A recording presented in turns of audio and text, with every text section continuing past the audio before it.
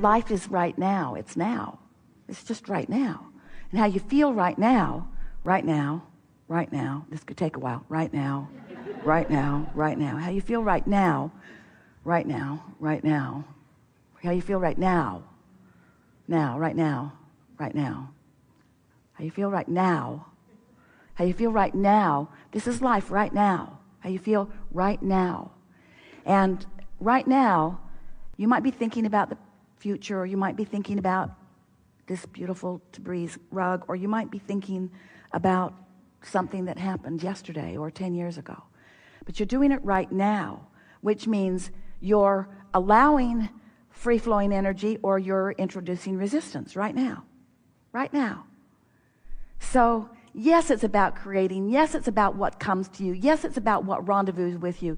Yes, it's about manifestation. Yes, it's about material things. Yes, it's about the money in your bank. Yes, it's about the house you live in. Yes, it's about everything. It's about everything that is tangible and visceral and personal. It's about all of those things.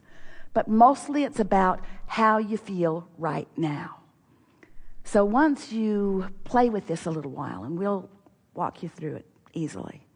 Once you play with this for a little while, you're going to find yourself waking up and not only noticing that you're awake, but reveling in the fact that you are, and feeling the enthusiasm for being awake and alive and anew in your body, with so many things that you've already pre-paved, so many things you've already pre-planned, so many things that you've already put into your vortex, so many things that Source is already on, so many things that have been orchestrated on your behalf, so many things that are all queued up, ready for you. Yes, they're going to pop into your experience, they're going to manifest, you're going to realize them. Yes, yes, yes, yes, yes.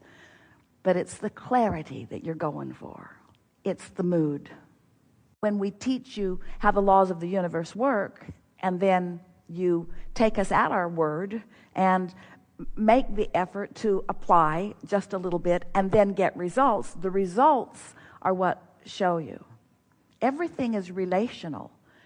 So there is this version of what you want relative to investments, successful choosing, putting not so much in, getting steady, consistent out. In other words, there's this version of what you want that is out there, and as you question it or doubt it or remember opposite things from happening, then you don't get any momentum going on that version. You get momentum going on the other version. So it really boils down to how much airtime am I giving to the different vibrational realities that are out there. You have all created enough different vibrational realities to keep yourself busy for 20 or 30 lifetimes. The question is, are you going to exercise the control that is available to you through the focus of your own mind to actualize or demonstrate the realities that will be pleasing when they unfold? We've been talking about getting on your high-flying disc. We'll talk about it a lot today. Waking up first thing in the morning, and before any worrisome thought or any troublesome thought or any past memory or anything that could muddy your waters begins, to just proclaim to yourself and to the universe that today you are anew. You've pushed the reset button. You are like reborn. And today, right now, in this moment, you are in a high-flying vibration, because in this day you have not yet introduced any resistance into the equation. And you didn't carry it over from yesterday. That's the most important thing that we want to say to you. During the night, you stopped the momentum as you slumbered. So when you awaken in the morning, you're in that high-flying place for sure, if you will focus there and allow yourself to be there. We'll talk more about how to get there. Esther said to us the other day, Abraham, I refuse to accept that if I wake up in the morning and I'm on my high-flying disc and then something occurs to me and I begin to ponder negative things and then I lose my connection to that high-flying feeling, I refuse to accept that I have to wait clear until tomorrow morning to get back on. And we say, you don't have to wait clear until tomorrow morning to get back on. There are all kinds of tools. It's just easier first thing in the morning. And so Esther's been playing that game every morning, waking up. And it's quite funny because she's by herself, and so she awakes. And then she announces to herself, I'm awake. Like somebody in the other room needs to know. I'm awake and I'm coming in. I'm coming in and I'm high flying, so get ready. Prepare yourself for the silliness or for the fun or for the high-flyingness of that which is me, because that's where I am and that's where I mean to stay. So as she has been for about 6 weeks now, waking up in a really steady determination to be high flying and then doing her best to stay there. We've been saying to you that 17 seconds begins another new momentum. Have you been hearing us say that? So Esther says to herself, if anything occurs to her that's a slight deviation from feeling good, she gives herself 17 seconds to get over it. 17, 16, 15. She told a friend the other day, I have something to tell you and I only have 17 seconds to say it in, so I need your undivided attention because this is going to be fast. So since Esther's been playing this game where she's been really decided, determined to get on that high-flying disc, wanting very much to wake up there, acknowledge that she is there, and then milk it as best she can in order to stay there. Every morning, more momentum. Every morning, more momentum. Every morning, more momentum. And by that we mean more momentum in her ability to wake up there and stay there longer. The first day, she didn't even make it till breakfast. Second day either. By the third day, she was doing better and better. By the first week, she could maintain herself there. By the second week, she was so looking forward to going to sleep so that she could wake up knowing for sure that she was there. And as the weeks began to move past, she began to notice that her days were affected in this really powerful way. This is what Esther discovered as a result of this exercise that she applied deliberately. She felt clear-minded. Clear. She knew what to do. No confusion about what to put in the suitcase. No confusion about what to pick up and carry to the other room when you move from one place to another. No confusion about what to say when you're talking to this person.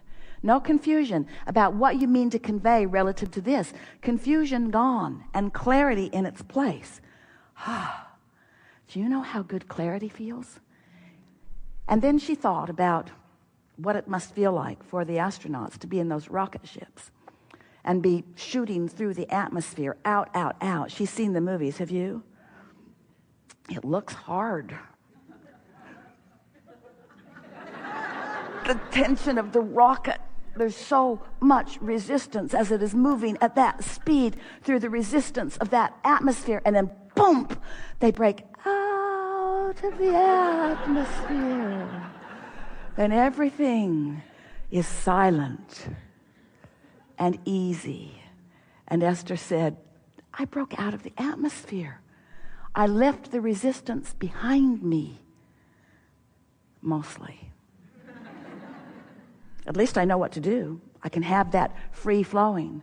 So as she's been experiencing that and loving the feeling of clarity, knowing with certainty that the decision that she's making about this is the right one, no longer second guessing herself, no longer going, well, let's weigh the pros and the cons, let's torture me as long as we can under the guise of being objective. And we say, let's not. Let's think only about what you want and why you want it. There are different vibrational discs. Do you sort of kind of get that? Yes. Feeling really good, feeling really bad, and everything in between. And these discs are your point of attraction. And for sake of simplicity, let's call them your current mood. So there's that. There's your vibrational frequency, which is how close in proximity are you to the frequency of your source. That really is what you're feeling with those moods or emotions. So love is a high frequency with little resistance, and despair is a lower frequency. But in these frequencies, there is also momentum. In other words, we liked how you used the word inspired. You can be inspired to punch somebody in the nose.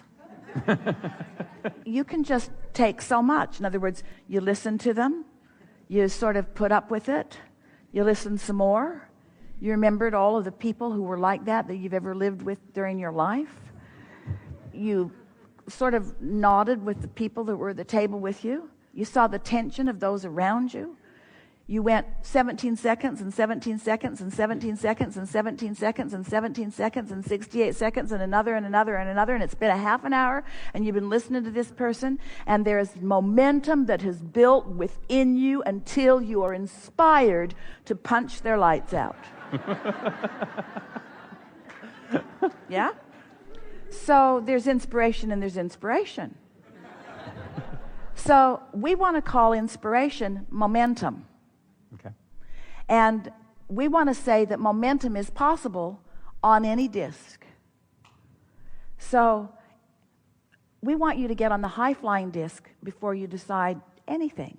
So let's say that someone has something to gain by selling you something. And it's not exactly a win-win situation, and they know it because they're not offering you the fair value that you want. But it's sort of the way the game's played. If you're not smart enough to know that you're being taken advantage of, then there are people who feel like it's fine to take advantage of you, and there's no arbitrator out there in the sky who's sorting all of that out. In other words, that's why you want your gut to guide you. You want to intuitively know what to do. So let's say that that person is so determined that they are going to sell this today, and they have supreme momentum going, and you woke up foggy. You're not on your high-flying disc. You don't have your own momentum going. And so you visit with them who has momentum going. Can you see how you can be drawn into their momentum? And so it's really about where you are before you rendezvous in that physical action-oriented way. Jerry used to say on a pretty regular basis, if you don't have goals of your own, you become part of other people's goals. And what he was actually saying is there are people with momentum all around.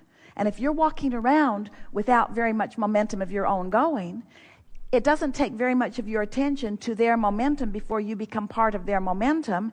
The question is their momentum in vibrational alignment with you and your high-flying disc? That's the question. And you won't know that until you get on your high-flying disc and get on your high-flying disc and get on your high-flying disc and then. So we know it's boring, but that's our answer. Get on the high-flying disc and then. So then you got to ask, how do I get on my high-flying disc? And we told you the easiest way is you wake up there, notice it, and then do it tomorrow, notice it, and then do it tomorrow and notice it, until you'll begin to feel something kick in. You'll begin to feel your lightheartedness return, and you will recognize it because you've all lived it. You've all lived it. You lived it a long time when you were little. You've lived it. You will recognize it. You will recognize the visceral feeling of it, you see. And then begin to notice that you can perpetuate that good feeling with these thoughts, and you can detract from these good feelings with these thoughts. In other words, begin to feel your momentum. Controlling momentum is the name of this game. It's the creative game, controlling momentum. Knowing what direction you're moving and controlling your momentum toward it, you see. You're wanting to be up to speed with that which you have accomplished. So that's really what we want to help you to understand. We speak to you, and if you're really new, we know that even though you may be new to this forum, Esther likes to know how many of you are here in an environment like this with us for the first time. And while you're here, we know you've been listening or reading. So we know that you are more up to speed than the new first time in this arena implies. But we want you to feel new in the world today. We want you to feel new in the room today. We want you to feel new in your life today. We want you to feel that lighthearted, refreshed, high-flying feeling that you felt when you knew you were coming into an environment like this, where you knew that you would have enough variety to sift and sort from, and that you would be able to come to your own personal preferences of what would be pleasing to you. And you knew that universal forces would be backing you up to help you to realize, in the fullest sense of the word, to realize, to experience fully anything that this time-space reality could inspire within you. So as you begin approaching life deliberately like that, where you get it. Esther said to 3 or 4 people yesterday, and it may seem strange to you that she could come this far, this long with us, and be having these kinds of epiphanies, especially after we've been saying these words for a long, long time. But words don't teach, do they? You have to have your own experience in it. It's only life experience that teaches. It's strange that we offer so many words.